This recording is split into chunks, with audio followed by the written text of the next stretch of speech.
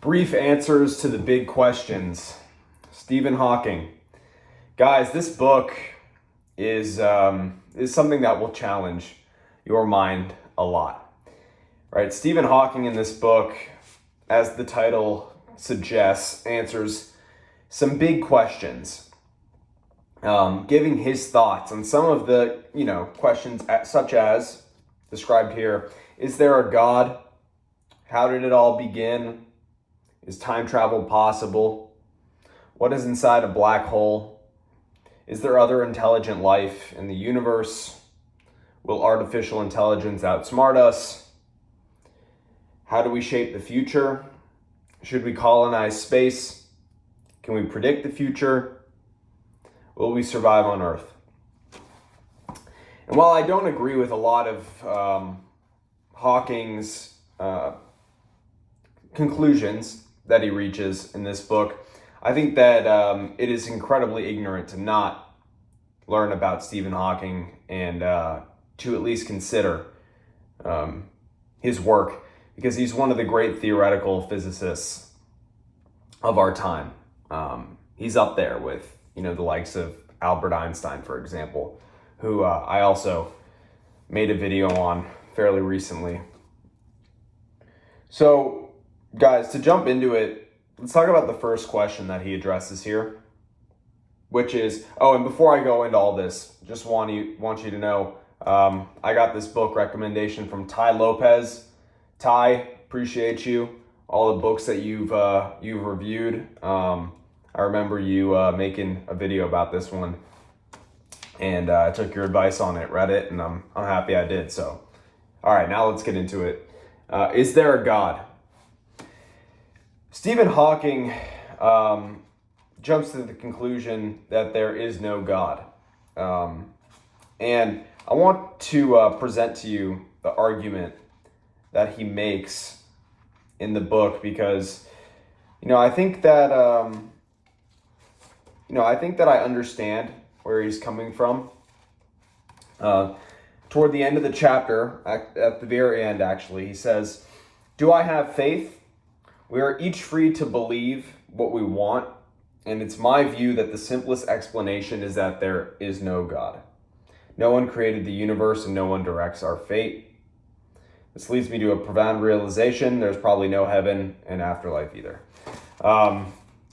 Hawking, he's very, obviously he's a physicist. He's very grounded in science. And I think when you're really grounded in science, it's hard to believe in the spiritual realm, to have faith in God. And I think you can have both. Personally, I have both, right? I believe in God.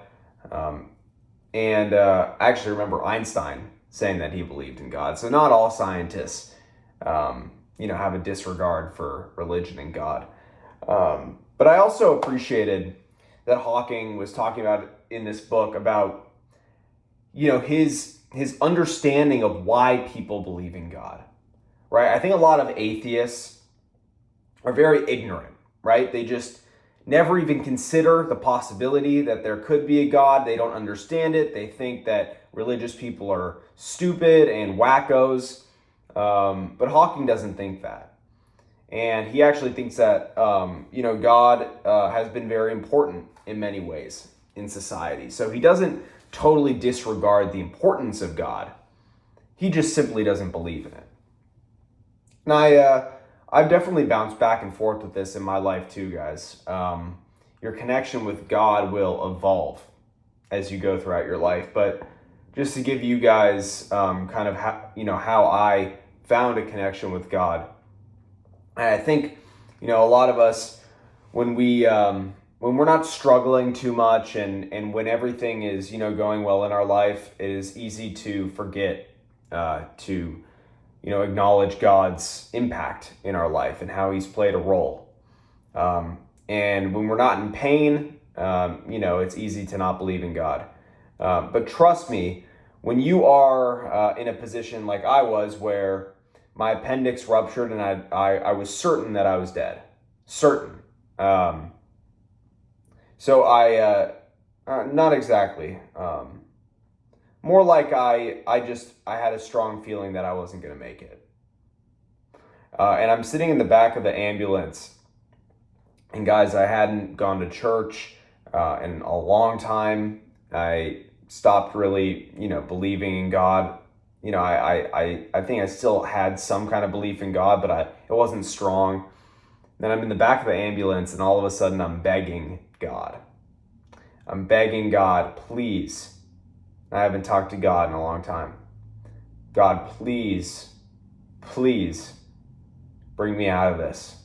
Give me a second chance. I promise I will do better moving forward if you just let me get past this. Keep me alive. And he did. He granted my wishes. In cases like that, when you are alone, suffering, feeling like it's all over, that's when a lot of us find a connection with God, right? A lot of people get in an almost fatal car crash and they find God. This happens so much, guys. Everyone is so ignorant. Oh no, God's not real, blah, blah, blah, until something like that happens.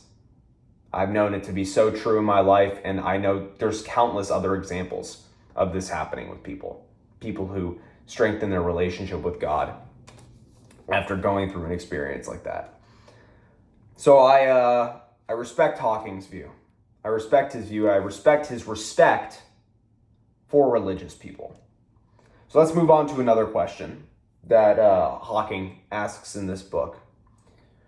A lot of these topics are very complicated for me. Very complicated.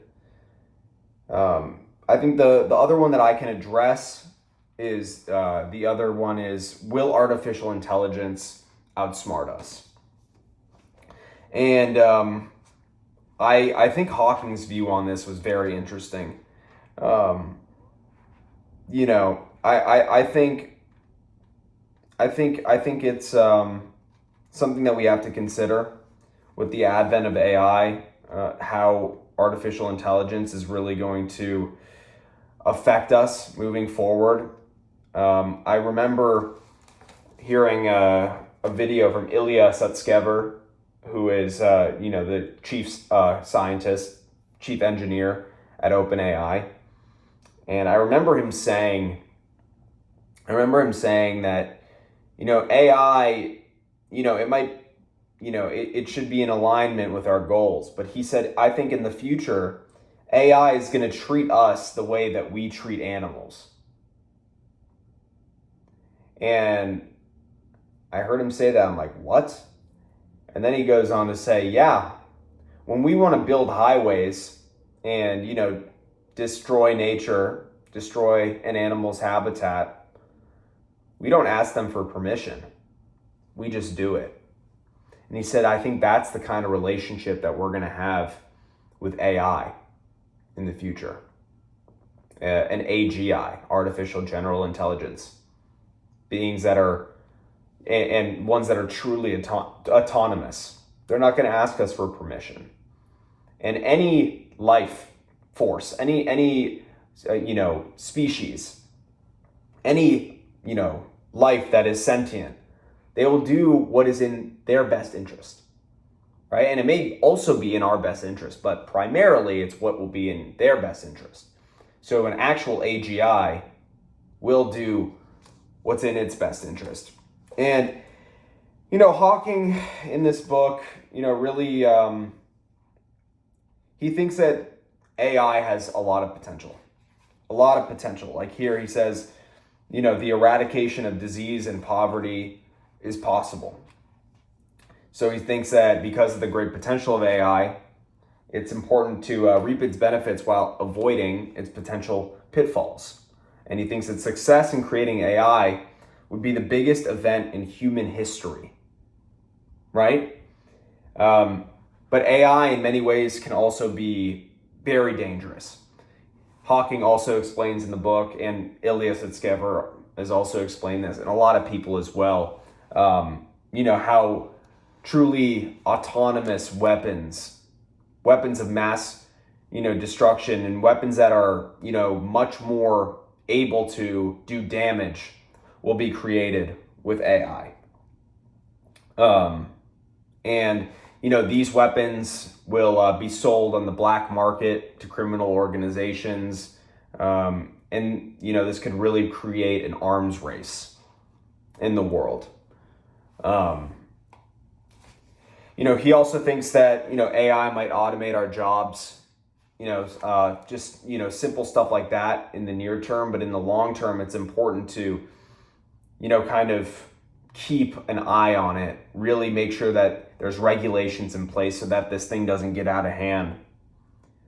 And he says the long-term impact will depend on whether we can control, the production and the output of AI at all.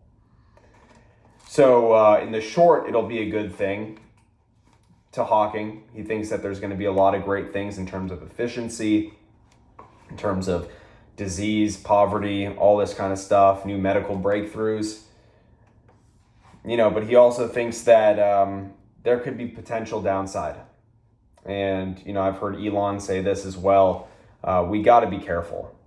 He's been very openly critical, Elon, about artificial intelligence, OpenAI, and how they went from a nonprofit company to a maximum profit-seeking company, and how the incentives might not be aligned to really put those guardrails in place, right? Because when people are hungry and are hungry for power, they forget about all the safety measures. So I think that there's great reason for concern.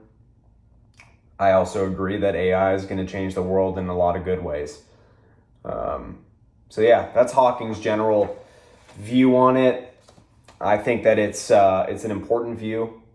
I'm not going to answer some of these other questions that have to do with physics, because I'm not going to act like I have a deep understanding of physics. I'm actually starting to learn more right now, because I think it's super important. So yeah, guys. Anyways, Stephen Hawking, brief answers to the big questions. I would highly recommend. Again, thank you, Ty Lopez, for recommending this book.